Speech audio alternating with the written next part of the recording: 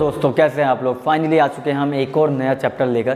देखो क्या था ना, अभी तक मैं 12th वालों का चैप्टर पढ़ा रहा था और 12th वालों को जब पढ़ा रहा था तो कई बच्चों के मेरे पास पर्सनल मैसेज भी आए थे कि भैया आप कब तक 12th वालों को ही पढ़ाएंगे, साथ में 10th को भी देख लीजिए क्योंकि 10th का भी प्री बोर्ड और बोर्ड आने वाले हैं।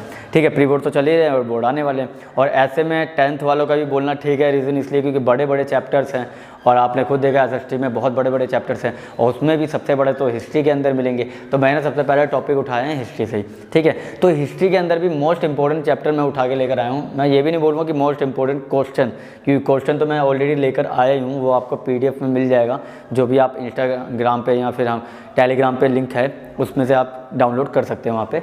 ठीक है, तो यहाँ पे नेशनलिज्म इन इंडिया लेकर आया हूँ। तो हम नेशनलिज्म इन इंडिया से पहले बात करेंगे नेशनलिज्म इन यूरोप की। तो नेशनलिज्म इन यूरोप में हम लोगों ने पढ़ा था कि कैसे फ्रांस, जर्मनी सब में क्या हो गया था कि अब एक भूमि टुकड़ा नहीं, अब वो क्या बन चुका था, एक राष्ट्र बन चुका था। और राष्ट्र बनने का कारण भी पता है क्या था? राष्ट्र बनने का कारण ये था क्योंकि अब लोगों को ना एकजुटता समझ में आ गई थी, क्या थी यूनिटी, क्या होती है, ये सब समझ में आ गया था। और इसके कारण क्या किया था उन्होंने, उस नेशनलिज्म को बढ़ाया था। क्योंकि जर्मनी के अंदर हमने देखा कि जर्मेनिया, जो कि वहाँ की उनकी मातृ, जैसे हमारे यहाँ ना भारत माता, वैसे उनके यहाँ जर्मेनिया थी। ठीक है, इससे क्या था, इससे नेशनलिज्म को और ज़्यादा मजबूत किया जा सकता है। क्योंकि देखो आप जब तक एक चीज़ को, जैसा हमारा घर है, घर में जब तक ज़मीन रहेगी ना तब तक उसकी इंपॉर्टेंस नहीं होगी। फिर वो घर बनेगा, उसके अंदर कमरे बनेंगे, तो हम क्या बोलते हैं, यार वो देख कितना अच्छा कमरा है मेरा, उसके अंदर देख कितनी यादें हैं मेरे साथ, ये सारे के सारे, तब वो घर लगता है। वैसे ही अब क्या होने लगा था, अब कोई भी देश सिर्फ भूमि का टुकड़ा नहीं था, अब देश घर बन चुका था हर उस व्यक्ति के लिए जो व्यक्ति उस देश से कनेक्टेड था।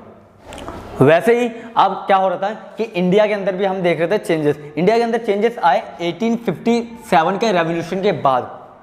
1857 के रेवोल्यूशन में क्या हुआ था, पूरा भारत एक साथ आ चुका था अंग्रेजों के खिलाफ। क्योंकि उसमें हिंदू, मुस्लिम, सिख, सारे धर्मों की बात करूंगा, जो भी भारतीय लोगों की बात करूंगा, जो सारे भारतीय थे ना, वो सारे के सारे इस रेवोल्यूशन में इन्वॉल्व हो चुके थे। और इस रेवोल्यूशन ने बता दिया कि नेशनलिज्म की शुरुआत अब हो चुकी है और नेशनलिज्म कितना बड़ा इम्पैक्ट डालने वाला है आने वाले समय में। तो इसी समय में हम क्या देखते हैं कि 1857 में जैसे रेवोल्यूशन होता है, ईस्ट इंडिया कंपनी को उखाड़ फेंकते हैं, वो भी वहाँ के ही कौन, क्राउन रूल। यानी कि क्राउन रूल आने के बाद क्या हो जाता है कि 1858 में क्राउन रूल के आते ही ना, अब सिर्फ और सिर्फ इकोनॉमिक हम पे वो नहीं थे, डिपेंड नहीं थे ब्रिटेन वाले, अब वो पॉलिटिकल भी हम पे सिकंजा जमा चुके थे। क्या वो हमारे राजनीति में भी दखल अंदाजी कर चुके थे, यानी कि देश के अंदर क्या होगा, सारी की सारी गतिविधियां कहाँ से, ब्रिटेन से ही की जाएगी। ठीक है, तो 1858 में क्राउन रूल आ गया।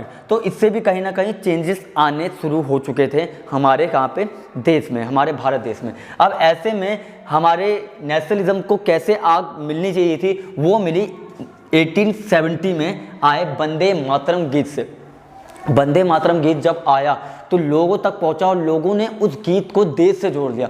और देश से जोड़ने के बाद राष्ट्रभक्ति की जो भावना है ना, देश के लोग थे, उन सबके दिल में ऐसी लहर की तरह फैल गई कि उन्होंने नेशनलिज्म को बहुत बड़े पैमाने पे एक्सेप्ट करना शुरू कर दिया कि हाँ हमारा देश है, हमें उसकी रक्षा करनी चाहिए, हमें उनसे लड़ना चाहिए। ये सारी चीज़ें कहाँ से आई, एक मूवमेंट से। ठीक है, तो 1885 में क्या हुआ, कांग्रेस की स्थापना की गई।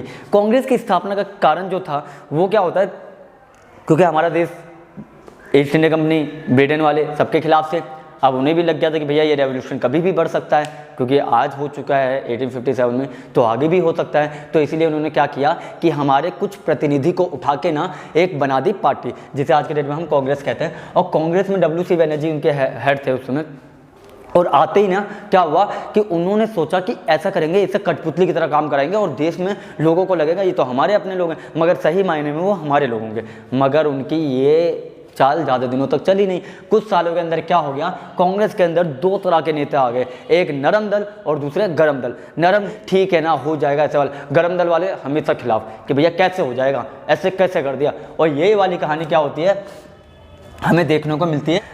तो 1905 के अंदर हम देखते हैं स्वदेशी मूवमेंट। स्वदेशी मूवमेंट का पहले मैं रीज़न बता दूं क्या होता है कि हमारा, क्योंकि बंगाल बहुत बड़ा प्रांत था उस समय, और उस समय बंगाल के अंदर बिहार, उड़ीसा, झारखंड, ये मतलब ये सारे उसी के अंदर उसी का पार्ट थे। खुद में राज्यों का एक समूह था और आधा देश बंगाल बन चुका था, और ऐसे में ईस्ट इंडिया कंपनी जो ब्रिटेन वाले थे उनको बहुत ज़्यादा डर लग गया था कि अगर बंगाल के अंदर आग पकड़ी तो वो आग पूरे देश को जला के रख देगी। इसीलिए उन्होंने बंगाल को विभाजित करने का एक फैसला लिया, और इस फैसले के खिलाफ आ चुके थे कई सारे बड़े बड़े नेता और इंक्लूडिंग इंडिया के सारे लोग।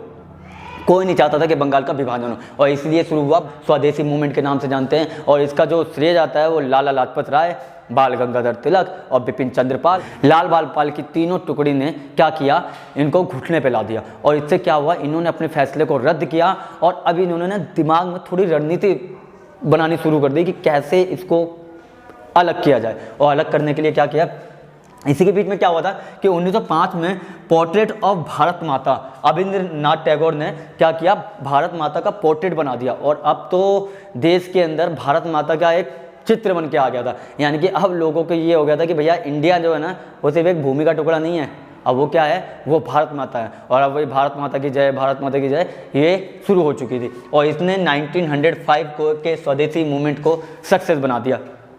इसके अलावा मैं बात करूँ तो 1906 में जो ब्रिटेन वाले थे उन्होंने मुस्लिम लीग को इजाज़त दे दी, स्थापना की। और मुस्लिम लीग क्या थी, मुस्लिमों के हित के लिए बनाई गई। और उसके जो संस्थापक थे वो थे आगा खान और सलीमुल्लाह खान। और जब ये आया ना 1906 में मुस्लिम लीग, तो इसमें क्या हुआ, ब्रिटिश वालों ने देख लिया कि अब ऐसा करते हैं, इन्हें तोड़ने की पॉलिसी लेकर आते हैं, डिवाइड एंड रूल। और डिवाइड एंड रूल से क्या हुआ कि कांग्रेस अब हल्की पड़ती जा रही थी, और 1907 में फाइनली कांग्रेस खत्म होने पे आ गई।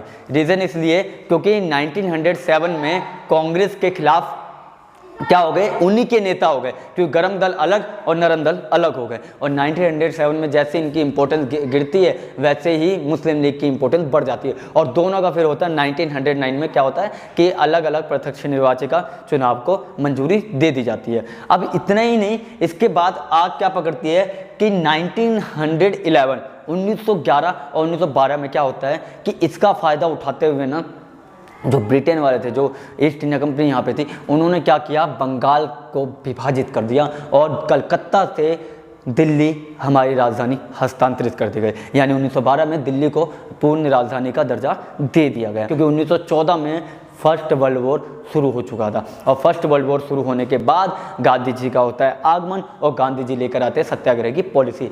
और गांधी जी आने के बाद पहले तो देश के अंदर दौरा करने की सोचते कि देश के राज्यों में जाया जाए और राज्यों में जाकर देखा जाए कि क्या स्थिति है वहाँ के किसानों की, वहाँ के ग्रामीण लोगों की।